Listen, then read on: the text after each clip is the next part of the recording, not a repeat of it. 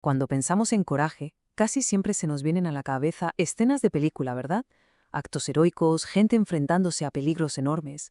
Pero, ¿y si el coraje fuera algo mucho más cercano? Algo así como un manual de instrucciones que podemos usar en nuestro día a día. Pues en este análisis vamos a desmontar ese mito, para descubrir las herramientas prácticas que de verdad esconde. Y esta pregunta es la clave de todo. Solemos pensar que el coraje es para valientes de leyenda, para guerreros o para gente que se juega la vida. Pero claro, limitar el coraje a eso es como decir que la música solo existe en las grandes salas de conciertos. La realidad es mucho, mucho más rica y sobre todo más útil para la vida de cualquiera. Y aquí tenemos la definición que lo cambia todo. Fijaos, no se trata de no tener miedo, sino de ejercer la voluntad. Y lo más interesante es que la oposición puede ser interna, nuestros propios miedos, la pereza, las dudas, o externa, claro, como la presión de los demás. El coraje es, en el fondo, una herramienta para superar obstáculos, sean los que sean. Vale, pues para entender bien esta súper herramienta la vamos a dividir en sus 4 componentes principales. Vamos a ver qué es la valentía más allá del mito, luego la persistencia, que es como su hermana discreta pero súper tenaz, después la integridad, que nos mantiene con los pies en la tierra, y por último la vitalidad, la que le da la energía a todo, y al final veremos cómo aplicar este manual en el día a día. Empecemos por la base. A ver, la clave de todo esto es entender que el coraje no es una cualidad mágica que o tienes o no tienes, para nada. Es un conjunto de fortalezas que se pueden entender, se pueden desarrollar y sobre todo se pueden usar para afrontar los desafíos de la vida, tanto los grandes como los pequeños. Vamos con la primera y más famosa de las fortalezas, la valentía. Y lo primero es desmontar el gran malentendido. Ser valiente no significa no tener miedo.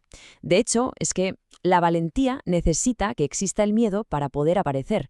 Es que la diferencia es brutal. La ausencia de miedo es, bueno, simplemente no sentir nada, una falta de respuesta.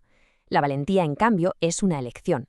Es sentir ese nudo en el estómago, que te tiemblen las rodillas y aún así dar un paso al frente porque sabes qué es lo que hay que hacer.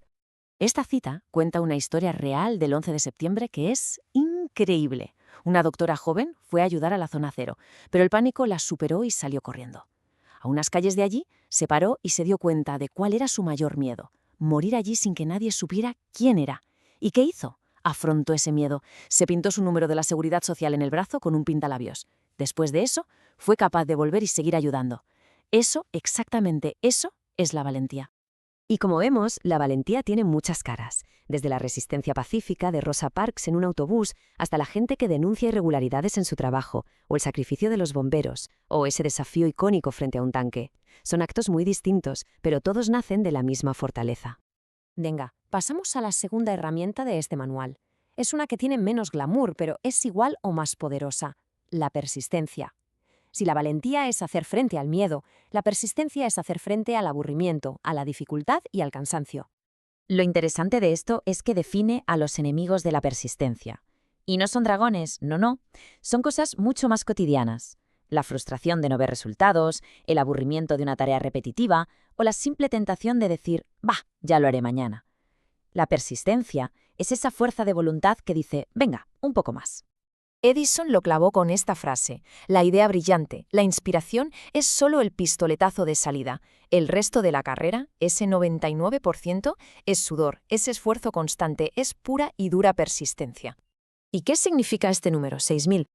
Pues esa es la cantidad de sustancias que Thomas Edison probó antes de dar con el filamento de algodón carbonizado que hizo funcionar la bombilla. No probó 10, ni 100, 6000. Eso es una demostración de persistencia casi sobrehumana. Pasamos a la tercera fortaleza, la integridad. Y ojo, que este es un concepto bastante más complejo de lo que parece a simple vista. No se trata solo de no decir mentiras, sino de ser una persona auténtica, honesta y sobre todo coherente. Esta definición lo aclara bastante. La integridad es decir la verdad, sí, pero también es hacerse cargo de lo que se siente y lo que se hace. Es mostrarse al mundo sin máscaras, de forma genuina, y sentir que hay una conexión real entre nuestros valores y nuestras acciones. Este ejemplo es fantástico para entender un matiz súper importante. Ser auténtico no es soltar la verdad literal sin ningún tipo de filtro, como ese camarero que nos cuenta todos sus males. La verdadera integridad social es desempeñar nuestro papel de camarero, de amigo, de profesional, de una forma sincera y apropiada para la situación. Hay una honestidad mucho más profunda que la simple veracidad. Este viejo dicho es simplemente brillante. Vivir con integridad no solo es lo correcto desde un punto de vista moral, es que además es increíblemente práctico. La honestidad simplifica la vida, te libera de tener que gastar energía mental en mantener una red de mentiras. Y llegamos a la última herramienta, la que le da color y energía a todo este manual, la vitalidad. Es esa chispa, ese entusiasmo que algunas personas simplemente irradian. La vitalidad es, ni más ni menos que la alegría de vivir. Es afrontar las tareas con energía, no por obligación, sino con una especie de entusiasmo que sale de dentro.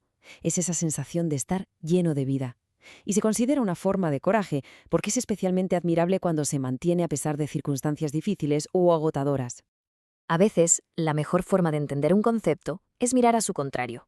Y los antónimos de la vitalidad son bastante desoladores, ¿verdad? Apático, apagado, sin vida. Esto nos deja claro lo valiosa que es esa energía, esa chispa que nos mueve. El efecto que la vitalidad tiene en los demás es potentísimo. El texto original habla de un policía de Filadelfia que dirigía el tráfico con tanta energía y con tanto estilo que parecía un director de orquesta. La gente se desviaba de su ruta solo para verle, porque su entusiasmo les recordaba que cualquier tarea, por muy normal que sea, se puede hacer con pasión. Muy bien, pues ya hemos analizado las 4 herramientas del coraje. Ahora, vamos a juntar todas las piezas del manual para ver cómo funciona en la vida real. Esta tabla es el resumen perfecto. Cada fortaleza es una herramienta específica para un tipo de obstáculo. La valentía para el miedo, la persistencia para la dificultad, la integridad para la falsedad y la vitalidad para el agotamiento. Juntas forman un kit de recursos increíblemente poderoso. Y aquí está la gran conclusión. El coraje deja de ser ese ideal inalcanzable de los héroes para convertirse en algo que se puede practicar cada día. Se puede practicar la valentía al tener esa conversación difícil, la persistencia al terminar un proyecto aburrido, la integridad al admitir un error y la vitalidad al intentar buscar la pasión en la rutina. Así que al final la pregunta no es si alguien tiene coraje o no. La pregunta de verdad es, con este manual en la mano, ¿qué fortaleza del coraje toca poner en práctica hoy?